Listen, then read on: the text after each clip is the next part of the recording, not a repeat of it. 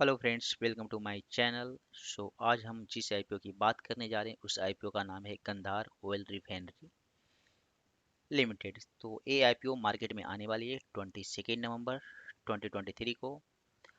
और इस टाइम पे ही दो तीन आईपीओ और आने वाले हैं जिसका मैंने वीडियो बना रखी है, तो आप जाए और उस वीडियो को भी देख सकते हैं। तो अब हम इस आईपीओ के बारे में बताने जा रहे हैं कि ये आईपीओ का ऑब्जेक्टिव क्या है। ये आईपीओ जो पैसे अर्न कर रहे हो उस पैसे का पर्पस क्या है। ये आईपीओ अच्छी है या नहीं, अप्लाई करनी चाहिए या नहीं, इसकी जीएमपी क्या है। तो हर प्रोस्पेक्टिव को हम आगे डिटेल में चर्चा करेंगे। तो लेट्स स्टार्ट कि ये जो हमारा आईपीओ है गंधार ऑयल रिफाइनरी आईपीओ, इसका जो इशू साइज की बात करें तो एक छोटी सी कंपनी है, बहुत ही छोटी कंपनी है जो 500 करोड़ की कंपनी है, जिसमें से कुछ ऑफर फॉर सेल है और कुछ हमारा फ्रेश इशू है। तो फ्रेश इशू की बात करें तो टोटल हमारा 302 करोड़ की फ्रेश इशू है, और ऑफर फॉर सेल की बात करें ओएफएस की तो 198.69 करोड़ की ओएफएस है। तो अब बात करते हैं सब्सक्रिप्शन डेट की। तो गंधार ऑयल रिफाइनरी आईपीओ का जो ओपन होगा 22 नवंबर को ओपन होगा, और ये आईपीओ 24 तारीख को क्लोज हो जाएगी। तो यहाँ पे आप देख सकते हैं कि आईपीओ का ओपन डेट है 22 नवंबर को, और ये आईपीओ मार्केट में क्लोज हो जाएगी 24 नवंबर को। तो आपके पास 3 दिन की चांसेस है जिसमें आप इस आईपीओ को अप्लाई कर सकते हैं।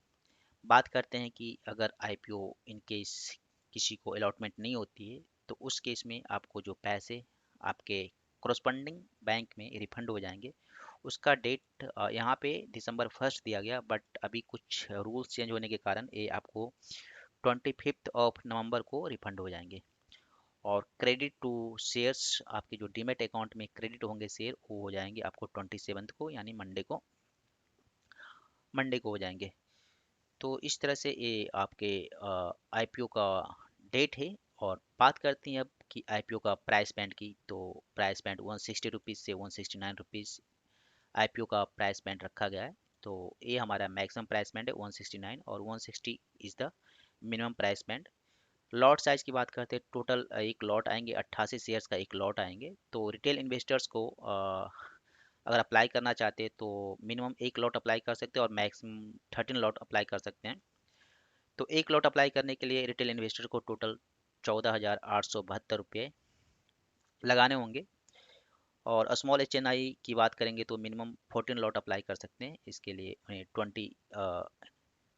2 लाख रुपये लगाने होंगे, और small H N I maximum 67 lot लगा सकते हैं। इसी तरह से अगर बिग एच एन आई की बात करते हैं तो टोटल मिनिमम 68 लॉट्स वो अप्लाई कर सकते हैं।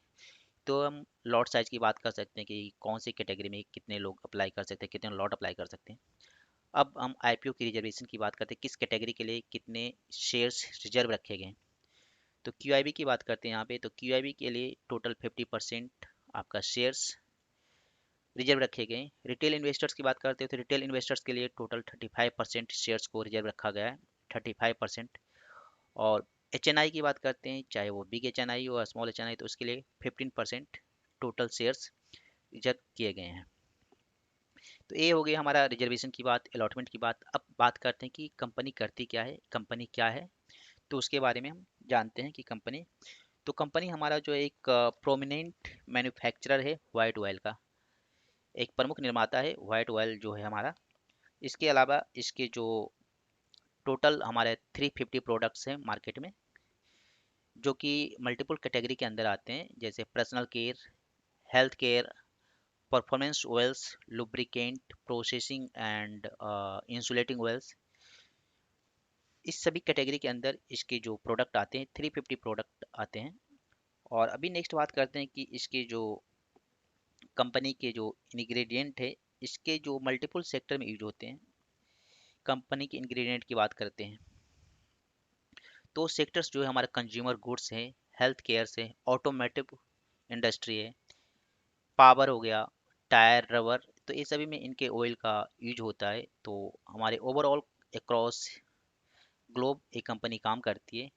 तो अभी बात करते हैं कि ये कंपनी कहाँ पे सर्विसेज प्रोवाइड करती है, क्या इसका क्लाइंट है। तो टोटल जो हमारे 100 कंट्री अक्रॉस ग्लोब इसकी सर्विसेज हैं। और इसके अलावा जो क्लाइंट की बात करें, एक ह्यूज नंबर ऑफ क्लाइंट है, जो कि आप देख सकते हो 3500 क्लाइंट है ओवरऑल द ग्लोब। पूरी दुनिया में 3500 से भी ज़्यादा क्लाइंट इसके हैं।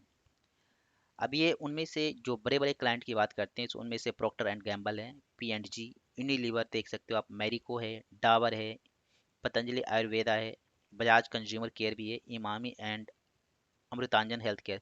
सो मोस्टली जितने भी FMCG की बड़ी बड़ी कंपनियां इसके क्लाइंट हैं। तो एक बहुत ही अच्छी कंपनी है। आप क्लाइंट बेस पे देखोगे तो एक अच्छी कंपनी है, ग्लोब बेस पे देखोगे तो भी एक अच्छी कंपनी है।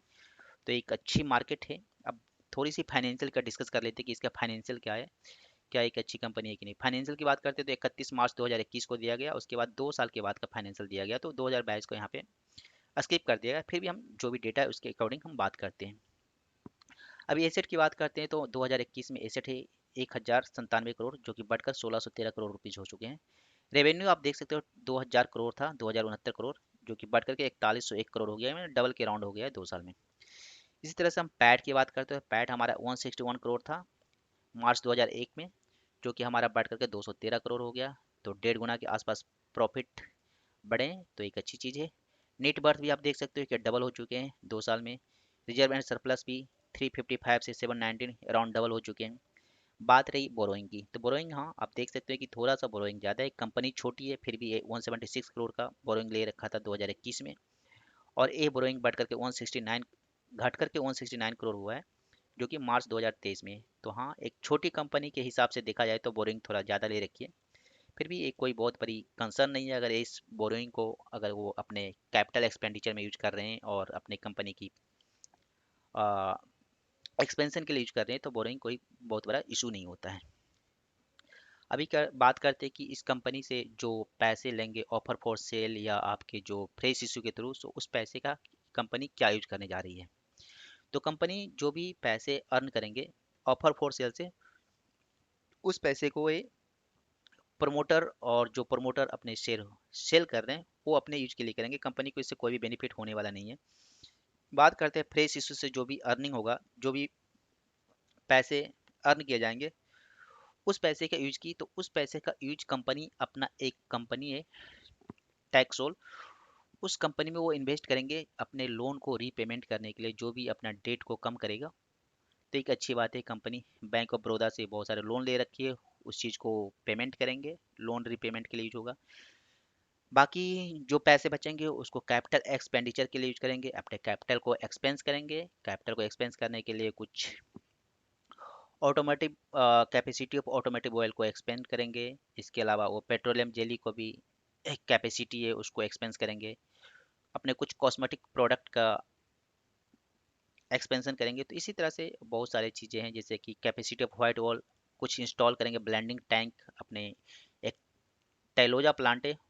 तो एक कम टोटली ओवरऑल देखा जाए तो ये या तो लोन रिपेमेंट के लिए यूज कर रहे हैं और कैपिटल को एक्सपेंस करने के लिए। तो फ्रेश से जो भी अर्निंग आए एक देख सकते हैं कि एक अच्छी चीज़ों के लिए यूज हो रहा है। तो कंपनी का अगर फ्यूचर की बात किया जाए तो ओवरऑल ये अच्छा है। अब बात करते हैं कि इस कंपनी में हमें अप्लाई करना चाहिए या नहीं। इस कंपनी का तो जीएमपी पे चलते हैं। इस कंपनी का अगर जीएमपी की बात करते हैं तो एक कंपनी का जीएमपी आप देख सकते हो कि 8 नवंबर को 20 रुपया था, जो कि 9 नवंबर को 40 रुपया हो गया, डबल हो चुका है एक दिन के अंदर ही। उसके बाद 9 तारीख से लेकर के आप देख सकते हो कि 12 तारीख तक एक कांस्टेंट रहा है 40 रुपीज़। फिर 13 तारीख से फिर से दोबारा इन्होंने बढ़ना शुरू किया, 42 रुपीज़ हुआ, फिर 14 को 48 हुआ, फिर 15 को 50 हो गया। तो इस तरह से इन्होंने अपना जीएमपी बढ़ते जा रहा है डे बाय डे। तो आप देख सकते हो अभी हम जब वीडियो रिकॉर्ड कर रहे हैं तो 19 तारीख को इसका जीएमपी 55 रुपीज़ है, जो कि लिस्टिंग गेन के हिसाब से अगर देखा जाए तो 32.54% आता है। तो 32.5% एक बहुत ही अच्छी लिस्टिंग गेन मानी जा सकती है एक कंपनी के लिए। अगर आपको आ, कोई भी company more than 20% 25% listing gain दे रहा है तो एक अच्छी लिस्टिंग गेन है उस कंपनी के हिसाब से। अगर फर्दर एक जीएमपी में कोई फॉल डाउन नहीं आए, मार्केट का कोई क्रैश या कुछ ऐसा न्यूज ना आ जाए, तो ओवरऑल अभी तक के हिसाब से एक बहुत ही अच्छी कंपनी है। और इसके लिए हम सभी लोगों को पैसे रेडी रखना है अप्लाई करने के लिए।